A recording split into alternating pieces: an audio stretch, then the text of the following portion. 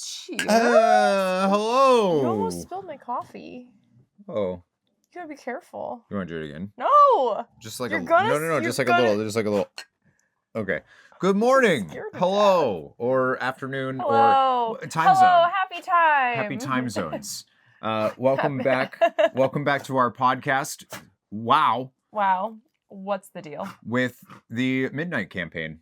What's the deal with with that? the WoW Midnight Level Up campaign Level Up specifically. Campaign, story, fun times. Yeah. So we're going to get into some spoilers today. Yeah. So if somehow you have not yet completed this campaign. Yeah.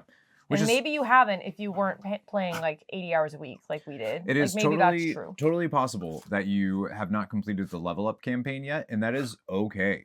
Mm-hmm. It's okay. There's no rush. Take your time. There's really no rush. As much as we like to pretend there's a rush, there's no rush. And in fact, it's probably even better if you take your time and like experience all of the local side stories. Enjoy it. Yeah. Give yourself time to think about it before being like, okay, next quest, please. Like I honestly believe, and I'm sad I didn't do this for the last two zones that I did, but I would highly recommend if you have the time and you're not worried about getting to endgame and getting the Mythic Zero grind going and all that jazz. Take your time and do the local stories with the campaign.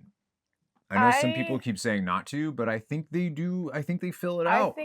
I think that it's good. I think that you don't have to like push yourself to complete all of the local stories with it, because I feel like that was like I did that with Elversong, and that was really enjoyable. But then I got to Haranir and I tried to do that, and I wanted to die. Well, that's because of Haranir. But, but still, it was like, okay, there's too much here, and I just want to move on with the story. Right. So like, just follow your heart, but like definitely peek around at the local stories, even if you don't do all of them. Like, there's some very charming things. Yeah, for sure. What I was tearjerkers even. Ooh, oh yeah, I saw that. Deidre was crying. bawling her eyes out. Yeah, I was like, fuck, I shouldn't have done this one on stream. Yeah, so we're gonna talk about spoilers, so if you care about that, go away.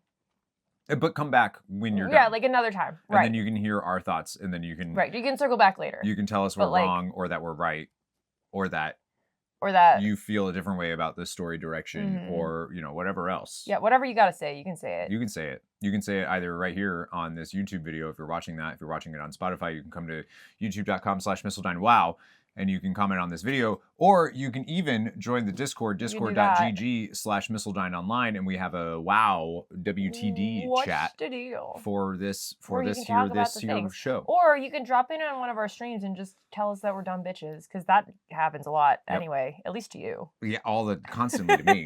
The worst part is people will do that, right? But not know what we were just talking about. Right, they're just like piling. They like heard like half of it, and they're like, "Well, actually, in my opinion," and I'm like, "Cool, that's great. That had nothing to do with what we were just talking about." And they're like, "Oh." My favorite is when our streams cross-pollinate, and they come and tell me that you're being bullied in your stream, and I'm like, which is a lot. And I'm like, first off, again, this is an expected occurrence. Yeah. Second off, what do you want me to say? Yeah, the half listening though. Like this past week has been absurd. Like it has been absurd the amount of half listening that has happened. And I'll get people that come in and they'll say something that has zero to do with anything we were just talking about. But like, they heard like at least a word that made them like respond in that way. Right. Cory, I'm going to listen to your stream today, and I'm going to be a menace. If I stream today. Oh, sorry. I thought you said you were. Well, we're recording this pretty late in the day, so we'll see. Well, at any rate, I will make myself a menace by not listening, but listening. Oh, good. Well, it'll be really fun. It's new campaign today. today. No, I won't do that then. All right. We got anyway. Max level campaign today. Anyway. Yeah, so why don't we get into what's the deal? What's the deal with the Midnight campaign? The story situation. Yep. It was dope. That's it. And that's what's the deal. That's the podcast. Thanks for coming. See you next week.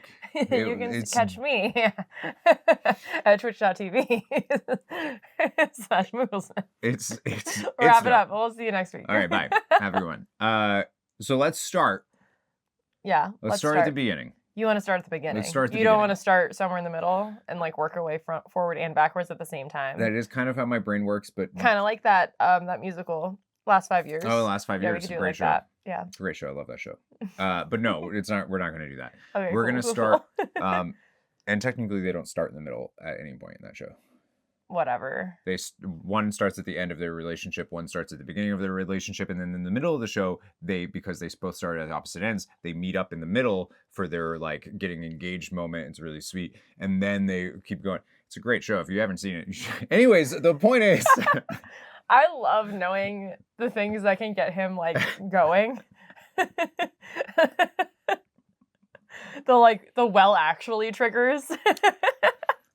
So when you first start Midnight, we are called to the defense of the Sunwell.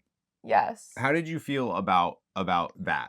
Like that whole like section where the scenario and all of that jazz. We were just balling. We're balling. There's all those cinematics that were all happening, and they were like all like very intense. I dug it. Well, it starts with probably one of the most important cinematics. Is that the one with Arator? Oh, okay, gotcha. I wasn't sure if you meant that one or the one with Lady Deidre, where she's like, "I'm at the Sunwell and I'm gonna be chanting my praise." Well, that's the opening. That's the opening cinematic for Midnight as a whole, which what obviously is very important. Yeah. Okay. But that's like the inciting incident, right? Yeah. So what's after that, though, which was a surprise on early access release day, was an Arator cinematic that you actually can see in the questing if you talk to him and have the movie play. You could miss that.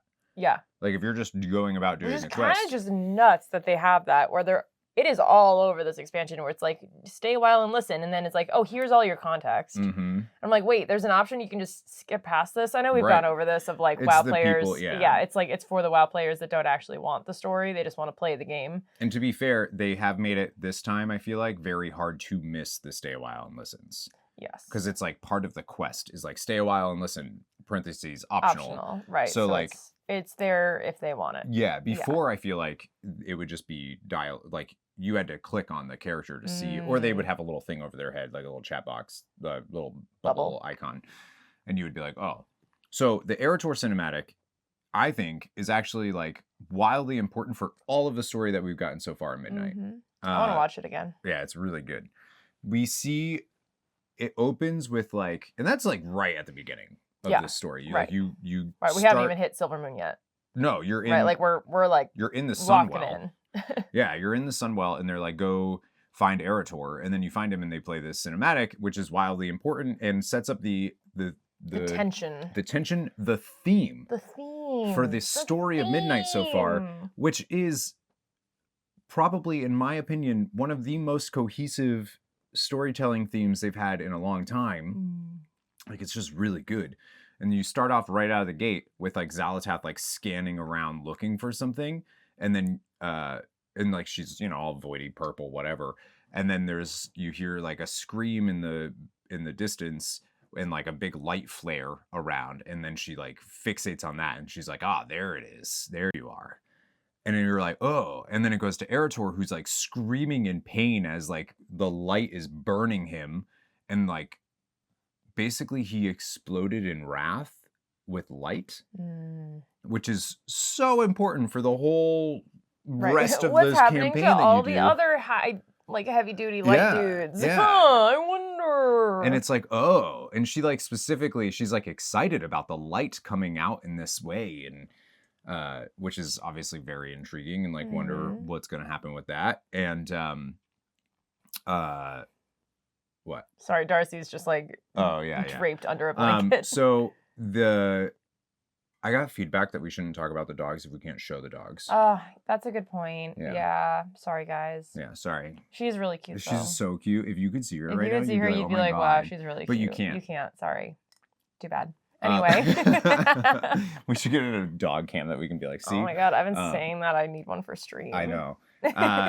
Yeah, so Arator like explodes in light, and then you go around and you like help him, and he's like a little concerned as to what just happened, but he's like, okay, that's all right. And then you go about and you kind of are able to save the Sunwell for a minute, and you're able to empower it, and it stops the void storm and creates one of the most beautiful skyboxes they've ever done. It's so freaking pretty.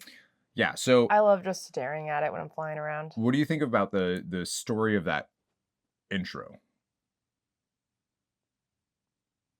I liked it. Cool. I was like, big question. I mean, I feel like it definitely like gripped me, and I was like, this is this is pretty intense. This is pretty high stakes, right? Yeah. Right off the shot. Did the intro feel kind of long or short or? I don't know. Gotcha. I didn't have an opinion about its length. Okay. I felt like it was a little on the longer side, or at least it Yeah. felt that way. But I was also like running around trying to find all of the different characters that might be showing up here. And there was a lot. There was like every named paladin, I feel like, that showed up in the lore that's still alive was there. Yeah. Yeah, and I had no urge to do that because I don't know any of these people. Gotcha. Or I knew like 4 of them. So then you get into there's some tension that's automatically created right away by the Vanguard of the Light. Not the Army of the Light, the Vanguard. So the first force to arrive, right, from this grand army. So that's why it's not that many, because it's a Vanguard. And that's Lithraxian, Turellian obviously being the High Commander. Daddy Turellian, Arator's father. And so they get there, and there's obviously some tension between like Lorthmar, who's like trying to lead his city as, you know, Regent Lord stuff. And then there's also the Lithraxian and Turellian that are like, but listen, I don't care about your city. I care about if the Sunwell falls, what happens next. Right. Like I care about the continuation of our world. Right. And all worlds. And like, so there's like an understandable conflict there. Right. I don't think I'm against Turellian and Lithraxian in this moment. Like logistically. Right. Like they seem to have a good point, which is if Sunwell keeps existing, we keep existing. And like I get that, you know, Silvermoon falling is bad and that sucks.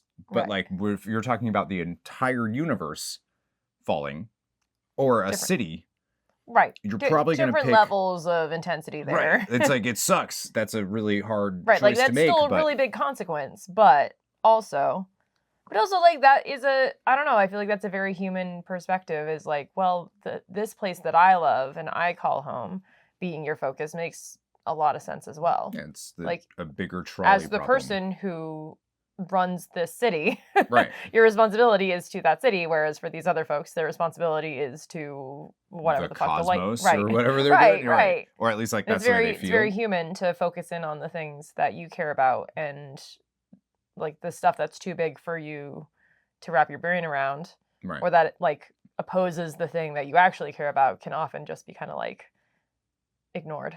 Yeah. Pushed aside. I feel like that's like a really good setup for everything else.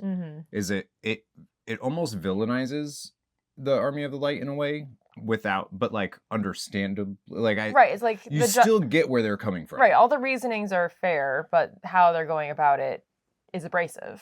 Yeah. It feels very abrasive. Well, they've been fighting 1,000+ years of war, whereas like everyone else is chilling. Like they've been known peace for a while now, and like all of this stuff. Like we're talking about just totally different worlds, being here, and I like that. Like I feel like that was off to a really good start. And then so we get into Silvermoon, we get exploration, blah blah blah, and then we go into Eversong. And this is where, when you first get to Eversong, I feel like it's a little bit weaker for me. Because Orwena comes back from War Within stuff, and we find out about the Light Bloom. Yep. And how... And I feel like we spent a lot of time just exploring the Light Bloom, but I don't necessarily feel that the tension... I feel like the tension drops, and then it like starts to come back up again. Yeah. Through that section. I would agree. The tension drops, and actually for a while in the campaign, the Void is not really like it's a concern, but it's not active. It's like our actual concerns are the Light Bloom and the Twilight's Blade. Those are like the two primary concerns. When Twilight's Blade is the Void, the forces. Well, of the yeah, void, but like they're not voiding out. Right. They're just right, but the entire way through Eversong until the very end of Eversong, which is when Twilight Blade comes in. Ish, but like your Light Bloom, it's like you're focusing on Light Bloom and Orwena, and then Orwena's like, all right, well, I gotta go home. There's like it's things are happening at home. I gotta go home. Yeah, like this is potentially coming from where I'm from, which is the Rootlands, right? Haranir. It's Rootlands. I feel like all of Orwena's stuff feels a little like we need this we need her to like bridge this for us. Right. We need this as a plot device, not that it is a compelling piece of story. Right. Yeah. It's like Light Bloom is happening and actually is inconsequential in the totality of the campaign. Like the reason why the light bloom is happening is really goofy, in my opinion. So it's the weakest part. I mean, maybe people feel and otherwise. maybe as we get more campaign, it'll all turn itself on its head, and suddenly we'll be like, Well, I don't know, because that's the thing. We kind of solved the light bloomish problem. Yeah. With one thing that is going to be very important, and it feels like all of that story was meant to just point out this one particular thing, which we'll get into when we get to the Haranir campaign. But so you go through Eversong, Orwena. There's even parts where you're going through the story of Eversong or through the questing, and all of the light bloom is causing this. And Orwena has a line that's like, "There's something causing these plants to grow," and it's like, no shit. Yeah. No shit. The light. The light bloom. It's like such a weird line that she has as you're like it going through. She's just an odd character. I just feel like I don't know what they're doing with her, and I'm not sure they know what they're doing with her. It's definitely the weakest part of the campaign for me. And then so you go through Eversong, and then you get to the village where Umbrick is, and you're able to like help him. There's like a mystery around the cult, and then it's revealed, and you do all of that stuff.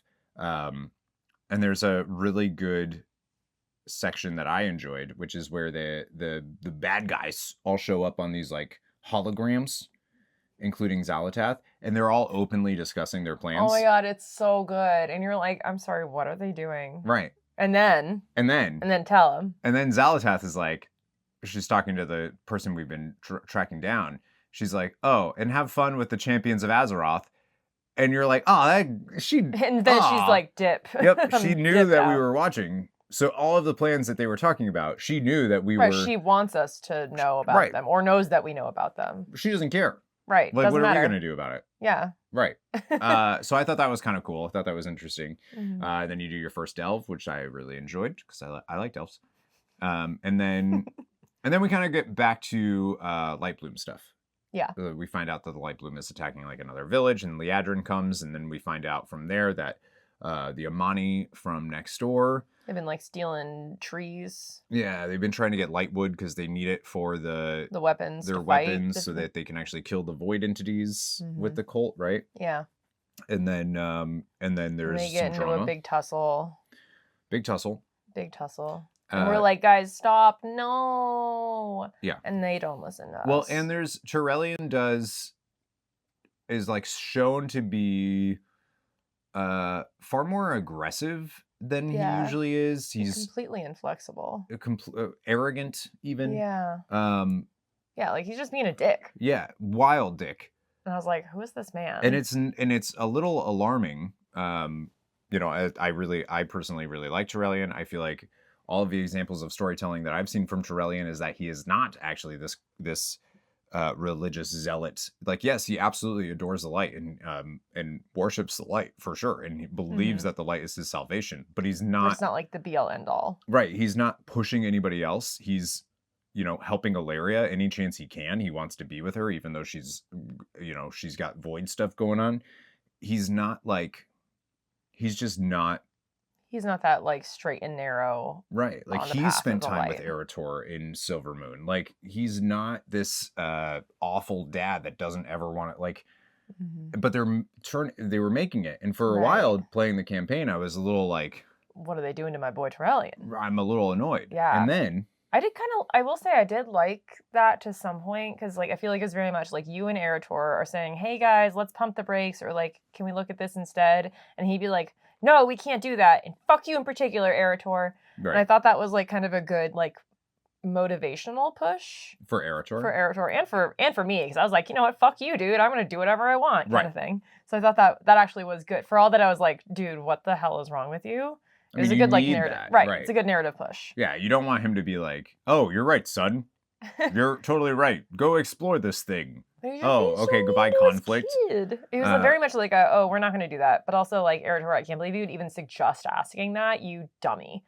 But then was like his energy the whole time. Right. But then you get to the end of Eversong campaign. Doesn't So matter. what was I saying? So Zulaman, the Amani. Yeah, Amani seemed like they were like invading. Yeah, well, context: the Amani and the elves of Quel'Thalas are like mortal enemies. Yeah, they don't like each other. Well, because the Quel'Thalas is stolen land. Right. I mean, like legitimately stolen land, not like woke whatever people might try to make an argument for. It was the Amani Empire was there, and then the trolls the elves were like, we want that magic font that is there though, so you can fuck off. We're gonna take that.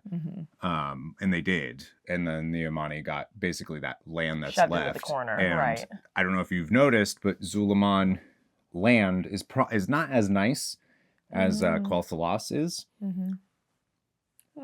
Just saying. So like, yeah, they've been mortal enemies for a very, very long time. And then you meet Zul'Jin, the grandson of Zul'Jin, who was really cool back in the day. I believe that. Turelion is kind of baited by Zul'Jin a little bit. Zul'Jin is able to see that Turelion there's something going on. Yeah. Like, I feel like it's very clear in the story, at least for me, that Zul'Jin is able to tell this isn't normal. This guy is like... This guy's a little much. There's something going on with him. Yeah. Not just that he's an asshole, but that there's something else. Like, I feel like Zul'Jin sees that and is able to get him with the light stuff. Is like, oh, you're a precious light, blah, blah, blah. Right. Like, he knew exactly where to go. Right. And you see... Like, what buttons to press. You see, like, Arator's watching, you see Turelion's eyes flicker with, like, light and stuff as... we saw Arator's do at the beginning. And I feel like for me, that was a great moment of like, oh, good. Like, it's not that they're rewriting Turelion's character or... Right. That they're just mischaracterizing him in some way. It's that there is something going on that's wrong. making him not himself. Right. And it makes me really sad because I've seen a lot of people be like, oh, Turelion sucks and like he's such an asshole and blah, blah, blah. And it's like when I'm doing this story, I don't feel anger at Turelion. I feel sad.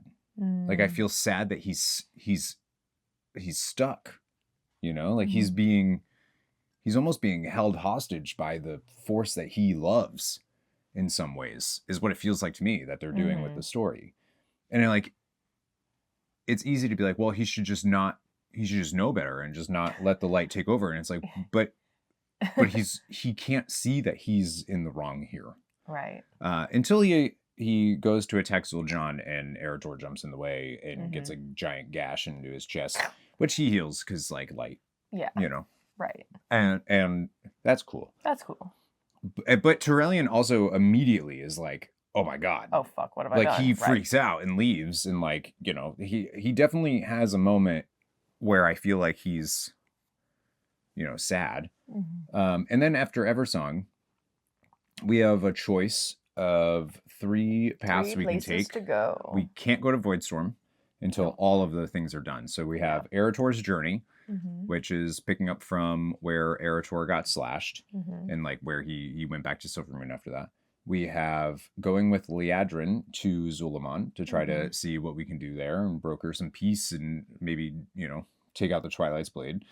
And then there's Haranir, where we can go with Orwena to see why the light bloom is happening.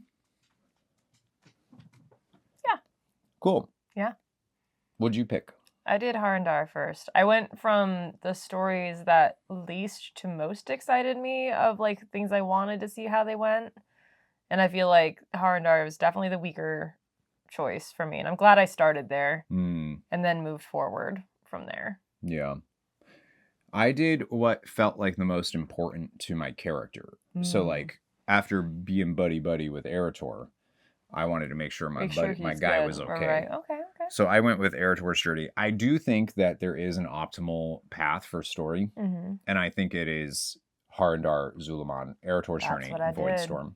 That's what I did. I think that is the optimal. And it felt like it had the right trajectory. It's got the right. I feel like Haranir was fine. Honestly, I don't really remember most of what happened there. Yeah. So like it was like, oh, okay. Well, why don't we jump into Haranir? Cool. Because I think that there is some story stuff there that I want to point out that I think is super important for the rest of midnight, but doesn't actually. It feels to me like the campaign just served to introduce that one thing. Yeah. Which was my issue with Koresh's epilogue too, with the World Soul stuff that I had talked about. So you go to help Orwena, and you go to their homeland, root land, the root lands, Harandar. Yeah, beautiful zone. Gorgeous. Like, I really like gorgeous the zone. Design. I love flying around in there. And the music. Great. Oh, great stuff. I love it. The Grudge Pit. The Grudge Phenomenal. Pit. The Grudge Pit. That's great. That's my favorite part. Those are great. Yeah, they introduced the Fungarians, which we've seen before, and the Rutani, which are very similar to the Draenor Everbloom folks, which also, very interestingly, there is a ton of similarities between Harandar and what we've seen in Draenor, which is very strange, including Outlands with Zangarmarsh. There's even a Genosaur I saw in Grudge Pit was fighting something, which we thought was only native to Draenor, because it's the only place we've seen it. There was just like There's some stuff happening. There's some stuff happening. Right. For sure. Mm-hmm. Very interesting. Interesting. And I don't know what they're doing with that. I have no idea. Interesting if intentional. Right. Well, it's got to be. It's like, it's got to be. If it's not intentional, then holy cannoli. So you go with Orwena to discover, one, to get her elders and stuff to help you. They say no. And then they very, very much say no. And then you get like a little memory thing to do, which just serves as a way of introducing the culture. Introducing the culture, and like, you know, a little bit of like tell, don't show and tell, I guess, because it's doing a little bit of both. But kind of like just giving some origin point for the Harandar, right. for Why the are Harati, they here, underground? Why we haven't seen them before. Yeah. And debatable, are they Dark Trolls the way that Dark Trolls were talked about? Are they before Dark Trolls? Are they after Dark Trolls? Like, there's some, you know, questions around the chronology, which I feel like the weekly that they have will start answering some of those questions. I think, maybe, possibly, perhaps. And then you help Orwena, and then you discover that the light bloom is affecting the roots of Shaladrasil, which is the tree from Val'Shara in Legion, which you played Legion Remix, so you saw that. I've seen that tree. You've seen that tree. You've done the raid there. I did find all of the tree references. They might have mattered to you, but I was like, I don't know these trees. I knew one tree. And I was like, okay, cool, we're under this different tree. You didn't... Well, so, Teldrassil, you wouldn't have known Teldrassil, I guess, yet. No, it was like Amirdrassil is the only one I knew. Amirdrassil, because that's the only one I've like spent time with. And Teldrassil is a really big tree for everyone, but you started after, so you would have to like... Was Teldrassil the one that burned down? Yeah. Okay. Yeah, like very vaguely, like I think I saw like a cinematic for that very briefly. Yeah. But like the name was not sticking. Yeah, so like all the tree references were kind of lost on me as a newer player who did not play through anything further back than Dragonflight. Yeah, that was like a really big deal. Yeah. And then Amirdrassil's a newest tree, and then there's Nordrassil, which is like the first world tree kind of, and the one that they have referenced like being their like first world tree that the roots would have reached to. It sounds like potentially the Haranir, whatever they were before, would have started their migratory pattern, would have started in Mount Hyjal, where Nordrassil is. Nordrassil is also a wildly important world tree. And then Teldrassil, Shaladrassil, and then I don't think Vordrassil is there at all. But we find out that the light bloom is coming from the roots of Shaladrassil. And the reason why is because the Sunwell. The Sunwell that is for so far away is causing so much light to come that anything even touched by shadow is getting affected by the power of the light right now. Which goes to show that the light is doing something. The light is doing something wrong right now, and it's because it's reacting to the void in some way, right? There's something about that happening. So there's a little throwaway line in dialogue that you like have to read. You click on it. It's not even part of like, I don't even know if it's part of the text. It's like an extra option where you're like, why Shaladrassil? And you're asking Halder and Brightwing. And he's like, because it was touched by shadow. when the nightmare took over it. So therefore it is the most susceptible to light. And you're like, oh, okay. Okay. It's also the closest world tree at that point, I think, technically. I'm not sure if Amir still is or if that one is, but I think that is technically the closest above ground to the Sunwell. So also there's like some proximity stuff maybe. Okay. But that's the whole reason for the light bloom. And then the root warden that is mad about this, about feeling like he's losing his tree, which understandably. Yeah, fair enough. So he goes to sow the light bloom to spread it on the surface so that it gets destroyed. So that's why the light bloom is on the surface, is because of this root warden. If I'm yeah, like he's the one that's like doing it on purpose. So, and therefore spreading the Rutani and all of that jazz, like using the Rutani to spread it. So, I want to just hang out with the Rutani more. I want to play as a Rutani. I was saying that the whole time. I was like, Haranir are cool and all, but what if I could be a Rutani instead? I agree. Like, what if you'd given me them? They're so cool looking. I get why they're not like playable, but I wouldn't want to, because I feel like they're like just imagine my little butterfly outfit stuff. I wouldn't want to see them in armor. I feel like they're okay. I'm putting little shoulders on them. Their roots are armor, you know. Yeah. I put a little headpiece on with the butterflies. That's it. Well, then there's like obviously huge story with the cradle and their god Anhara, the goddess, being taken from the cradle, and then it being confirmed that, at least in their point of view, it's Azeroth herself that was removed from the cradle. And then we got into like this whole lore debate about, was it actually Yasharaj that was taken from the cradle? No, like there's nothing. And how the Rift of Aln, that we go to the Rift of Aln and like do all that stuff. Dust, blah blah blah. Aln dust. Here's the thing. And this is what is the most important part of the entire Harandar campaign. Tell me. Aln dust. Aln dust. It is used to neutralize the light bloom. Neutralize. Neutral? So part of the theory of why people were like, oh, maybe it's Yasharaj that they wrote about, which is a fun theory, doesn't actually have any evidence, I don't think, to stack, is because Aln dust is neutralizing light, like the void would. The void wouldn't do that. The void would cause a reaction. It would not just neutralize the light, it would react to the light. What is a neutralizing agent then for a cosmic force like light? What would you say is a neutralizing agent that is going to stop that cosmic force from spreading? Dust. What is Aln dust then? I don't know. What if I told you, dear listener, that it is every cosmic force all at once? Which means that a world soul is every cosmic force all blended together, and that's how reality is shaped, is that it needs every single cosmic force for reality to even exist. It needs everything, which is why death was trying to take over, which is why Fel was trying to take over, which is why void, because there's no reality, it's just them at that point, right? Light and void, same thing. That's the whole point of Aln dust, is to show us that reality is only possible because every single cosmic force is making it so. That's the only thing that would neutralize a cosmic force, is everything all at once.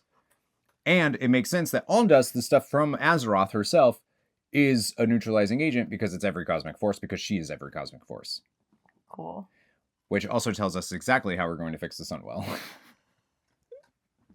We are going to make the Sunwell every cosmic force, and therefore I wish your theories were more crackpot, because like that was a lot, but like I believe you. Oh, I'm right. But I think it'd be really funny if you had like bad theories. I would love to hear you talk bad theories. No, this is like this is good theory. I am willing to bet money on it right now that I'm right. Like I'm willing to bet money. We are going to make we are going to make the Sunwell the cosmic well. Aln dust itself. The cosmic well. It's gonna be every cosmic force. All the cosmos, all in one place. All in one place. Nice. Telling you, that's how we're gonna do it. All right. If you want to make a bet with them, just hit us up on Discord. Yep. But like, I think that's the super important part of the entire Harandar campaign is Aln dust and what that is. Right. The fact that it exists. Which then. This is like a total side change. I won't get into it right now. But it makes me wonder, Are the old gods actually creations of Azeroth herself and not sent from the void? Are they her nightmares made manifest? Or are they actually what the Titans have said, and they're sent from the void to corrupt worlds? And I just have a feeling that they're hinting at the fact that they are constructs or birthed from her nightmares and made manifest.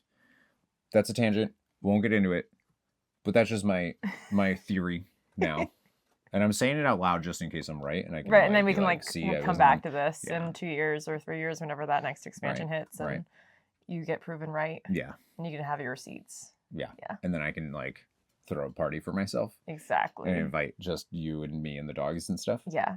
Maybe Cool. Sean too. Yeah. I feel like he'd like that party. Yeah. Yeah. Cool. And then all right, so we do the all in dust. You leave there. Mm-hmm. Harndar for me feels very underbaked. Yeah. It feels very. It feels very separate, which makes sense because again, it is separate. We are the only people who've been allowed in there for however long. It should be separate, but it doesn't feel like engaging separate. I also am pretty sure. I don't know if it's confirmed but all but confirmed. I'm pretty sure it was supposed to be in War Within. Yeah. And Black Blood.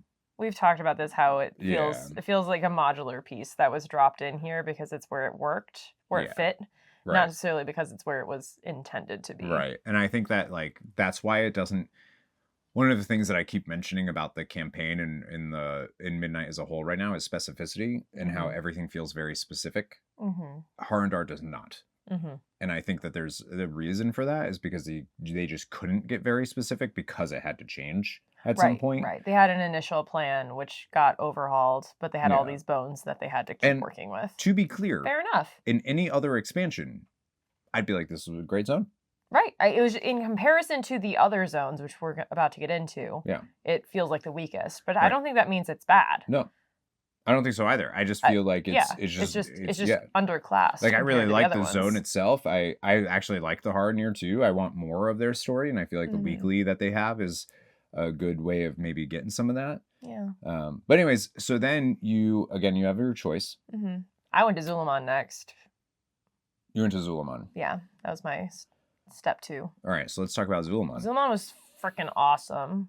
Yeah. Honestly, my favorite. I think. Yeah. Of all the zones. Arator's was definitely story-wise very satisfying and enjoyable, but I think Zul'Aman was the most satisfying zone and enjoyable story for me personally. Tell us about it. Oh my god. You just make friends with Zul'Jara, who's the other guy's sibling. Zul'Jan's sister. Zul'Jan's granddaughter. And they're like, guys, why are you here? And we're like, we're just trying to help. And she's like, fine, you can come with me, I guess. And then she has to go on this quest to find the Loa who have disappeared for however long. Yeah. And then you just go around with her and finding the Loa and you're her little squires. And important to note that you are with Liadrin here as well. Yes. Who is a paladin. Blood elf. Who also, so you may have picked up on this a little bit because she talks about it. The way that the blood elves got power to become paladins in Burning Crusade is they stole a Naru. They tortured a Naru. They made a Naru give them powers. Oh. That's why they were known as blood knights and all that stuff, is because they were literally they are holding a Naru against their will so that they could feed themselves this power.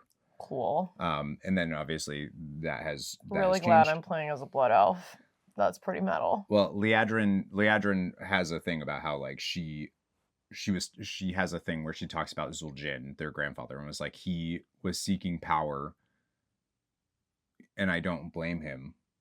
But because I was doing the same thing because I thought I needed this power to be able to, avenge things and take back my land and all this other stuff. So I understand. It's just that can be such a corrupting force. Yeah. And I'm glad to see that you're not doing that.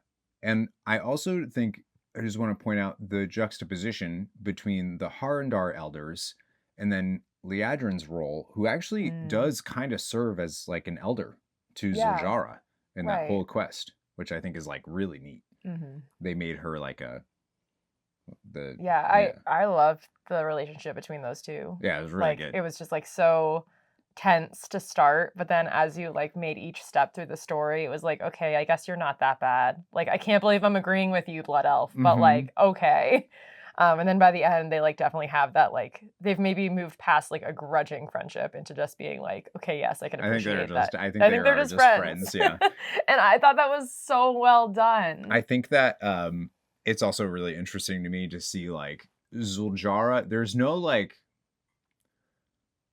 time in the story to be like, let's fight this distrust of the Blood Elf. It's Zuljara is just like, I gotta do what I gotta do. If you're gonna help me, then fine. Help me, cool. I will deal with whatever problem you present at later. But like right now, I need to do this. That's the only way that I'm gonna be able to save my people. You're a tool who has arrived, who can help me with my current goal. Let's just get that done, and then we can deal with our bullshit later. Yep. And I think that's very pragmatic. I really liked it. Yeah. And meanwhile, Zul'Jan is like, no, we will. Oh my God, he's like, I need to like. He's like, I need to jump into action. Yeah, I need to jump into action. I think he's such a good little brother energy. He's a wildly good character, actually. And I'm so afraid of what they might do with him going forward. Could either be really good or really bad. But at the end of so obviously you go through, you get the Loa and all of them. Do you have a favorite Loa? I'm not sure. Okay. Oh, I kind of like the medicine one. I did a local story with that one. Yeah. I haven't done the local story. I won't tell you about it then. Yeah. Cool. It was a good one. All right. Well, out of the 4 though that you go in, I liked the fire one mostly because of the speaker who's just like fire. Exactly, and he was like doing like parkour, like awesome. Breakdancing moves. I was like, I'm all for this guy. Yeah, he's great. All for it. I did really like Breck the interesting dualities that all of these Loa have, where it's like. The Loa of war is also the Loa of like harvest, which I find very unusual in at least like most of the fantasy and or mythological literature I've consumed. That's a very interesting pairing. Right. And I feel like that's true of all of these Loas, like the Loa of life, but also the Loa of death, where they're all like having these like interesting, like it's not two-sided because they do go together. Right. But they're pairings that you wouldn't necessarily see in like other places. You mean kind of like how Light and Void? Yes. Yes. Yep. Like it's a pairing. They have to go together. Even if they feel like opposing forces, they still have to go together. Very interesting. There's so much they've done in Midnight that is so cohesive to the theme and like keeping that like that thought in your mind, even if you don't realize that it's the thought. Yeah, even if you don't, and then you're breaking it down in a lore podcast, then right? You're and then you're like, oh wait, they've connected the dots on all of these different things here. All of the dots are there. It's really good, right? But then it's the sort of thing where, like, even if you weren't like picking it apart in a lore podcast, those little bits and pieces are going to be floating in your mind and will make those future moments more impactful, even if you aren't actually like actively, consciously connecting the dots between like, oh, the story we're telling here actually is a reflection of the one over here. It'll have that level of familiarity about where you get there. It'll be bigger than if you had just been dropped into that story. And that's not to say they're telling the same story in every thing, because they're not. They're telling different aspects of it, like different versions of it, different ways it could manifest. Right. They're telling the same story in a bunch of different ways, and it feels really good. And my favorite Loa is the has the Lynx one that like shields them in the mist and fog and like hides their people. Yeah, that is pretty cool. They have like the best intro. That's true. Yeah, it's really good. Yeah. They like come out of the mist, like, and you're like, whoa, what are you doing here? They're like, we've just been hanging for a while. Yeah, guys. And they're like, we've been here. And you're like, oh, and they're like, we've just been hiding. And you're like, cool, that's really neat. Yeah, they're my favorite. Nalarak's cool too. I like Nalarak. And Akilzon. Akilzon. I like them a lot just because they're the first one, and they're very like, yeah. I love how all of the Loa's tests are like, you're good. Right. The fact that you like sought us out, that was your test. Like, cool, you did it. And like Congrats. none of it feels like an insurmountable challenge. It's like, here, you're just gonna do this thing, which I know you can do. Just like show us that you are looking for us and you care. Yeah. Cool. We've been here the whole time. Just you've never sought us out. Right. You just needed to find me. I love that because Zul'Jin doesn't feel that way. He feels like the Loa abandoned them. Right. But the Loa never left. They're there the entire time. Like that, they're very clear about that in the story. You never sought us out. You never tried to get us back. Right. And I think that's like pretty cool. That's pretty cool. Yeah. It's like, nope, we were just waiting for you to come back to us, I guess, you know. And I really appreciated that with the Loas. I thought that was really cool. So then you go through, you help Zul'Jara, she does that, and then you get back after like collecting all your Loas, and now she's has done something bad. She's the Loa queen. I don't remember what it was. It's not Ashura because that's us. Hayashi. Yeah, that. Hayashi. And we're like Hashura, and we're your homies. Yeah. And then you get back, and like Zul'Jin just like took everyone into battle without even waiting for you. And you're like, but guys, I got all the Loa on my side now. And you're like, well, I guess we gotta rush in and save his dumbass. But that's the cool thing about Zul'Jin is he doesn't want to rely on this power because this power has left him before. Right, he doesn't want to rely on it because he doesn't think you can. Right. He just wants to rely on what he and his people can do. He thinks that like we need to move fast in order to do this thing. Right. And he views it in a very with like, this is stolen land, and he wants to reclaim what he feels is his. Right. And like, is he wrong? Like, I'm not arguing that point. Right. Like I don't know. Yeah. But like it was taken from them for sure. Like that is a fact. And they just do a really interesting thing with him of being like, he's not like, yeah, I was wrong, Zul'Jara was right. He's very like, I might be wrong, she might be right, or I might be right. I don't know. And like, what an interesting way of, because that's how his story ends for now. Right, it's like he's just like sitting down at the end of the dock. Well, he comes back to the village and you get more dialogue. Okay, well, I haven't done that yet. Oh, okay. So. Yeah. Well, he has another stay a while and listen if you go back. Oh, cool. But he's very like, I support you, sister. I might disagree with but I support you and I love you. And I feel like Blizzard they can either make this character even better or they can make him terrible. Really throw it away and make him if they villain bat him, turn him into a villain, then I think that like just royally does a disservice to that whole story for him. But if they're able to make him into like an anti-hero or a Prince Zuko, some might say, like that would be I would be a big fan of that. I feel like there's definitely a way that he could be like his motivations are very different or could be very different than his sister's. Yeah. And his willingness to take certain actions very different. Yeah. And I think that could introduce good tension without necessarily like turning him into the big bad. Yeah. Like it could just be, oh, he's doing what he thinks is the best, which happens to be opposite from what our perspective is.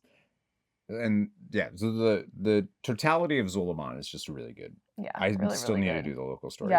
Yeah, 2 of the local stories have made me cry so far. Wow. So I still haven't finished them.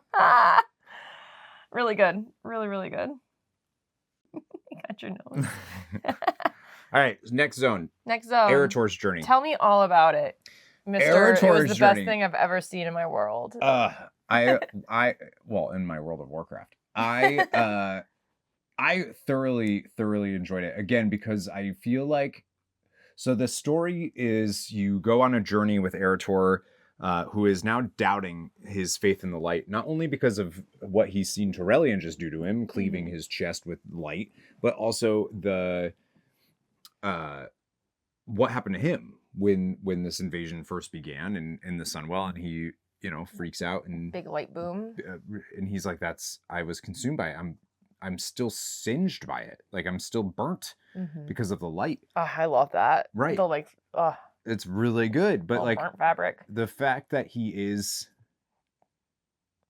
struggling with something that he had viewed to be this like all good thing, and now he saw it in a different way. I really, really like that. Right. He's like on the verge of losing his faith in something he very much believed in before. And then Alonzus Fowl is what a guy. the one that he's going to go walk around with for this journey to, and what's, I love it because when you first start, Alonzus Fowl says like, come with me. We have a broken man to fix. And by the end of Arator's journey, I don't think he was talking about Arator at all. And I thought that was really neat.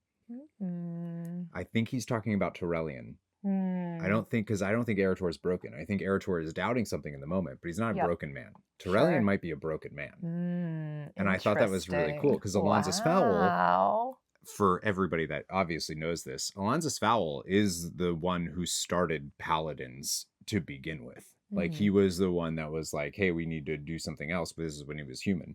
And like, he's basically the father of Paladins. So he's got the history. He knows what Paladins were meant to do. And then you go on a journey. In the first place, you go to the Sunwell. You have this incredible stay a while and listens that I think encompass. I mean, they say basically what Midnight is supposed to be about, which is that no cosmic force is good or evil. They're all just forces that are used by people who can use them in bad ways or good ways or whatever. That's the Arator's quest, I feel like, sums up the entirety of what they're trying to do with Midnight. And then you go to you need to collect relics of the light to help the Sunwell defenders. So you go to Big Church. Yeah, you go to the Light's Hope Chapel in the Eastern Plaguelands, and you find out that all the Paladins were called except for what's his name? Except for one guy. Tyrosus or whatever. Whatever his name is. He wasn't invited. And he's like, I'm feeling some kind of way about it, but it's fine. Yeah, he's like, I guess I'll just keep defending this location. Yeah. And then the Death Knights are there to help him defend that location too, which I think is really cool because typically they have been known to attack it multiple times, actually. So the fact that they're helping defend it as well is just really, really cool. And then you defend it, and then you go into the Light's Hope Chapel and you go get the relics that they're talking about. And all the relics, you might think they might be like, I don't know, big old hammers or shields, weapons or of some kind. No, it's like a first aid kit. Uther's first aid kit. A prayer book, etc. I think there's like a cooking something. There's like all of these things that. And Arator throughout the way is like, wait, that's what the relic is? And then it's like, yeah, that person was actually like very much invested in XYZ before they became Paladins to protect this thing that their relic was related to. Right. Like they didn't become Paladins to use the light to annihilate their foes. Right. Their goal was not to here, let me have power so I can righteously fight people. It was like I am using this power to righteously fight for something that I care about and would like to protect. But you know who didn't use the light to do that? Tell me. The Scarlet Crusade. The Scarlet Crusade! They are... they're bad. They are religious zealots. They are definitely like absolute religious zealots. I've heard people say they're not racist. They're whatever. They're racist. Whatever. Like you can pretend like they're not racist and that they're blah blah blah because they're not actually. Undead's not a race. It's a state of being. Whatever, dude. They're that's what they're written as. They are the eradication of all undead and like all of that stuff. Doesn't matter if they're sentient and aware and not, as complicated as any living being is. So you go and you bring the fight to the Scarlet Crusade to claim some of their relics, and there's one that actually ends up leaving the Scarlet Crusade because they've been on the fence about it anyways. I like that. Yeah. I really like she came back to the Sunwell and was like having like a conversation. Yeah, I think there was a stay and listen with her, and I thought that was really cool. And like so you go there and do it, and then there's another bit where you go to the Burning Steps for Blackrock Mountain, and basically you're with Arator's like old war mates. Yeah, his old buddies. Which is great. Like there's a bunch of, basically the Second War veterans that are there that are helping out. Well, now Darcy's here, so Well, we need to have some eye contact, apparently. And it's great. And there's like remnants of the old horde stuff there that you fight. And Alonza's Fowl has Arator collecting these fragments of something that you slowly start to piece together are shield fragments. That were his daddy's. That were Turellians that he used to defend Anduin Lothar, but his shield broke. And that's when he first got the light wrath that happened to him, was when the shield broke. So then you get the shield, and I'm like, what a great, that whole thing was so great as like a person that's played Warcraft 1, 2, and 3, you know, and like it was seeing, like putting all these pieces together. Yeah, and it was just really cool. Good throwbacks. And old Turellian and all that. And then you go back to forge the shield back for Turellian and to give it to Turellian. You missed a part that I really liked. Oh, which part? Oh, the Arathi. You go to the Arathi Highlands into Hammerfall, and you go do just like everyday mundane tasks to like keep the thing going with Sunwalker Desco. I really loved that. Forgot about that part. I thought it is really good. That was like very enjoyable, and I feel like that really helped Arator remind. Like that was a nail in of like he literally is like, I'll come back here when he's like, this is actually what I want to do. Yeah. He's like, I have things I have to do now, but this is actually like rewarding and fulfilling. I love it. And good work. And I loved that chunk. Yeah. And I also liked that as you were talking to the different people there, that they all had slightly different opinions. Like the other folks that were Paladini, there was one person being like, this is not for me. I hate this. I don't want to be like putting fences together. I need to be out doing things. And then there's people being like, no, this is actually like I'm doing valuable. What is needed. This is what is needed. And I thought that was cool. Of like, there isn't a right or wrong way to do it, but there are different ways that work for different people. Right, because the light is not one thing. It is It is a tool. Anybody with different opinions and stuff can use it. It's why Scarlet Crusade can use it as well as Uther the Lightbringer did. And I think that is like, that's the point. So people keep being like, well, are they showing that the light is bad now? No, you're missing the whole damn story of Midnight so far. If you think that they're trying to tell you that the light is bad, they're missing the point of the story. Like, hello? Makes me so mad when people are like, yeah, so like the light's bad now? No, pay attention. Like, I don't, how much more on the nose can it be about it's not trying to say the light is bad? The thing is that it's not trying to say the void is bad either, the thing actually. Is that those people actually didn't read any of the quests. They just click accept, gather things, click accept, complete quest, go kill some stuff, complete quest. So then you forge the shields and for Turellian. And this is the part that kind of surprises me too, is people are mad at Turellian for not accepting it.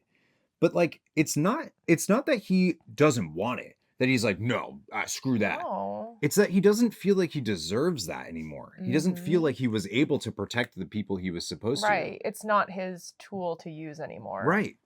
It's Arator's tool to use. Yeah. And it's so good. But like, I feel like people are Turellian doesn't say, I don't want this shield. Like, he's not. No, he's saying more, I'm not worthy of this. That's like, that to me is like very clearly what the story is there, but other folks I've talked to are not taking that away from it. They're taking away that he doesn't want it. No. And it's like, well, he might not want it. Right. But it's because the motivation behind not wanting it. He has failed, in his mind, he has failed to protect the people that matter most to him. Like, he literally just struck down his own son. Right. Like, he is not. That is the broken man that I think Alonza's Fowl is trying to fix. That's why he wanted the shield reforged. That's why he wanted the Arator to give him the shields. It's important that we see that he doesn't believe he deserves it, because that shows us that he's not too far gone. He's not too far gone. Right. Like, that shows us that there's the opportunity for that redemption arc of like finding that path forward. Yeah. And I wouldn't even, for me, like, I wouldn't even call it a redemption arc. Right. I would call it a freedom healing arc. Healing, yeah. Like, maybe that's a better phrase. Being able to realize that you're stuck in this thing and getting out of it. Right. Yourself. And like, and with the support of, you know, your family or whatever else is happening. Yeah, to me, that is like, yeah. Anyways, we got to move on. Anyways. Voidstorm. We finally we help Umbrick. We invade Magister's Terrace. the void invades because we attacked, which is exactly what Romoth said. We weren't allowed to go there because of that. And then we did it anyways. And then Romoth ended up being right, which I hate because he keeps staring at me with disdain and I want to keep slapping his face. Yeah. And then because of what we get, the Cynosure or whatever of Twilight, whatever the object that we can do, Umbric has been researching a way into the void, into Voidstorm. We use that. We get into the Voidstorm. Lothraxion comes with us. The Void Elves come with us. Yeah. And we get a foothold into Voidstorm. How do you feel about Voidstorm? It's cool. I feel like I want to go through that campaign one more time just to like really feel it. But I did find it enjoyable. And I think the zone is really cool and interesting. And there's just so much to look at. We've talked a bit about it. Like you were mentioned that it was like there's a bunch of stuff that looks like algae or coral or whatever. Yeah. Well, so what I keep hearing is people being like, "Oh, Voidstorm, it's too much like Koresh. It's Koresh 2.0." Like, and I don't agree. I don't see that. Is it just because things are in purple and blues? I don't know. I don't see it at all. That's the comparison I see is the color palette, and even that isn't exactly the same. Yeah. Like Koresh was very much like this is the Sahara Desert, but with like space dust instead of sand. Yeah, yeah. Whereas the Voidstorm feels very different from that. Yeah, I can't help but feel like I'm on an evaporated ocean floor. I mean, they even have like the fishing spawns are like oceanic voids. Yeah, I like that. I think that's really cool. We clearly see this inspiration, right, of like ocean floor energy for sure. Yeah, but like there's what looks like coral and like almost like barnacle stuff like on the ground. Like it feels like a drained ocean. Like the ocean was here and it was drained. And it doesn't feel it. I don't know. I don't get that sense of barrenness at all. Actually, it's actually kind of beautiful in some ways with like the red radiating from the ground and like it's actually kind of nice. And if you look up at the skybox, there's like these like holes coming through. And it looks really cool. It looks really nice. Man, I just don't feel like that at all. And then, so anyways, you get to Voidstorm with Lothraxion and stuff, which Lothraxion ends up being a bigger role in your time there. And then we meet one of the best characters in Midnight so far. Oh my god, he's so cool. Our boy Decimus. Decimus. What a guy. Well, he's so cool. I love him. He's just like such a sarcastic person. Yeah. He's like, oh yes, of course. We Dominar have no culture at all. All we like to do is void things. We definitely don't have activities that we like to partake in. He's like, we don't believe in arts or anything like that. Yeah, but he's like such a sarcastic. It's great. Yeah. It's really good. He also has pets. Like he's got a pet dog and a pet flying thing and like he's got like pets and stuff, which I think is interesting. So we meet him and he's like super sarcastic and we put the light grafted, there's like shadow grafted stuff, which means it like takes over their psyche and they like can't fight back. It also gives them power. And then we use that in like light infused one. So it's like a light grafted thing. And so he's being controlled by us kind of like he can't hurt us and he also can't leave. Like we're right. It's like he's got like some shackles on. Yeah, is basically. The energy of it. Right. And then we find out that Nexus King Salad Bar is there again. And that they found an Aru, Terra, and they're trying to corrupt Terra. And we found Ilaria. Yeah. On there, right away as soon as we got Yeah, she was like, oh yeah, I've been busy here trying to find Xalatath. Right. What's up, homies? Which is great.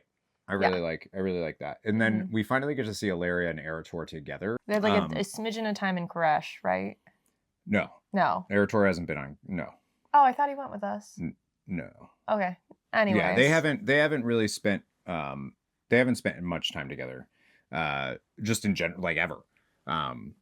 So like I feel like it's really nice because we get to see Ilaria in a different way than we have throughout War Within and Koresh and stuff. She feels a little more. We get to see emotional moments from her that are painted differently. Yeah, she felt much more human. Well, I also think that she plays the role of Locust Walker now. Because she's when in Koresh, Locust Walker was like, trust me with Xalatath, I know that she's bad, but like, just trust me on this. Right.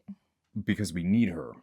And Ilaria actually does the exact same story for Decimus against Lethraxion, being like, trust me, Lethraxion. Right. We need this. Right. And Lethraxion's like, you're corrupted by the void. And it's like, no, the dude. void corrupts all. We're just being realistic about who. Yeah.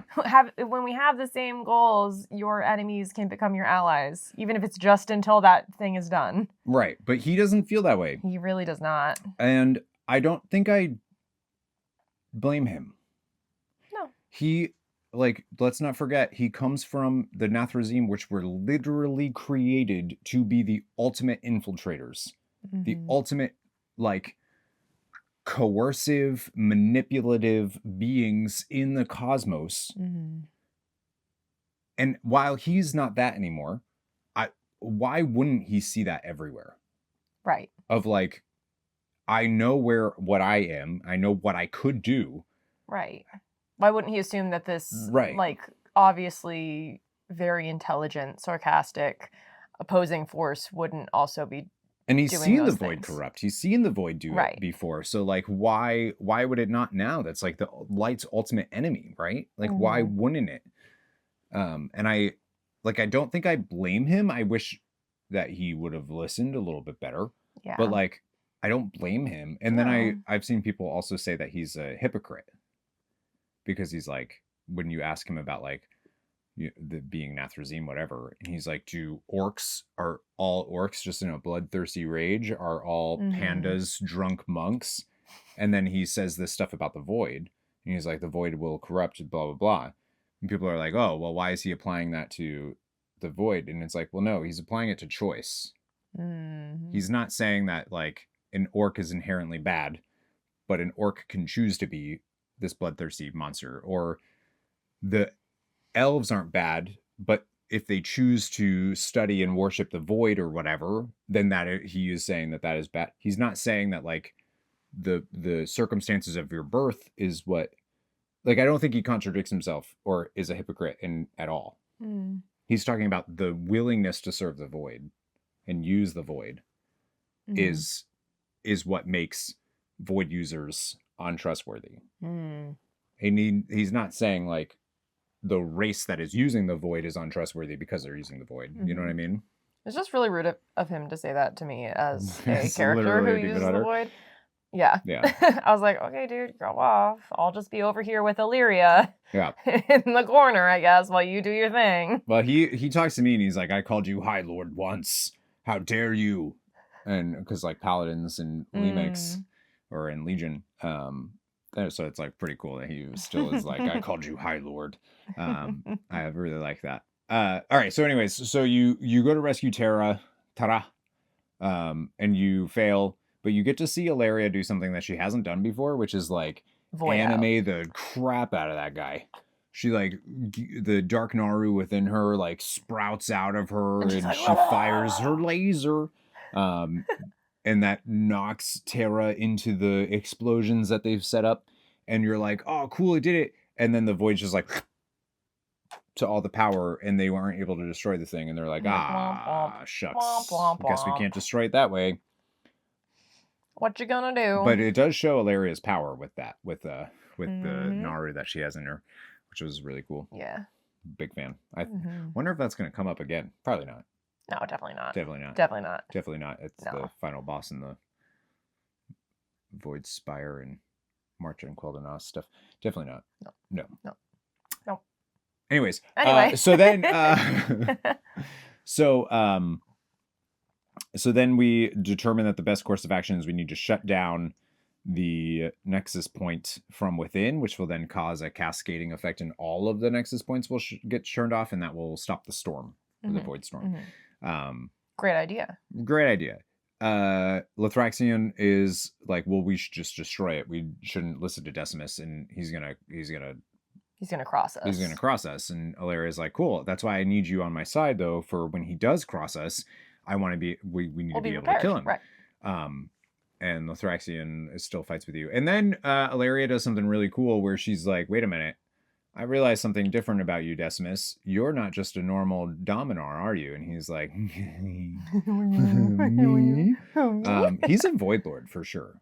Yeah. Like, he's a Void Lord. Yeah. Or, like, was at some point. I'm, like, pretty sure of it. Like, he seems like I haven't done all the local stories yet, but he definitely seems like he's got some clout. I think he might be a Void Lord. I mean, he's got a whole estate, you know? Yeah. But he also says some interesting things about Xal'atath and how she just wants darkness and nothing, like an empty abyss, and how boring that is. Yes.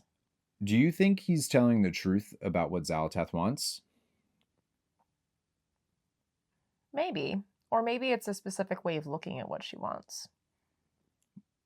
Do you think that he knows what she wants? I don't know. Cool.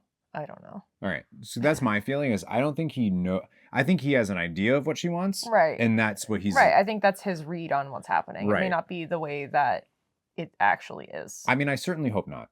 Because like the entire time that Xal'atath has been around, the mysteries of her motives has been such a big thing. And if they reveal that she just wants to... like for everything to end end. The universe in darkness. I don't think that doesn't check with the character that I've experienced thus far. I don't think so either. Who's very focused on survival. And how do you survive in a cosmos that has literally nothing? Yeah, I don't know. So I just don't think that is hers. I do think whatever her motivations are, though, it's something to do with light and void, potentially eradicating each other. Right. And like, maybe Decimus knows what happens if the light and void decimate each other, and she doesn't. Like maybe for some reason Decimus knows, like, if you remove two cosmic forces from the cosmos, reality itself will just collapse and is gone. Right. And maybe she doesn't know that. Yeah, I don't know. I feel like I think it's more that the way he sees what she wants would create boredom for him. Yeah. I hope that's the case. I hope so. All right, so then you battle, and then eventually Lothraxion is like, Decimus does kind of double cross you, but like it was like actually a double cross. Yeah, double cross, where he tricks another right. He Dominar. makes you think that he's crossing you, but then surprise, hiya! Yeah, and then that was a great bit. Because I like right away, I feel like it was Ilaria knows right away. She's like, just go with it. This isn't right. Why is he not here? Why wouldn't he be watching this? Right. Her dialogue is very much like, all right, let's fight. Let's go along with it. Yeah. She's like, just play along for now. Right. There's something going on here. And then she like very clearly realizes like right away that Decimus is up to something. And she's like, I'm with it. I'm with this plan. And then like, and it makes sense why they weren't like warned about it either. Right. And then he reveals that it actually was a trick, and they saved it. We got to hurry up though. Yep. This podcast went so long. And then you go through the Nexus Point, and you have to kill the Thraxian, and she's like, "Oh, old friend," and I just hope he's not dead.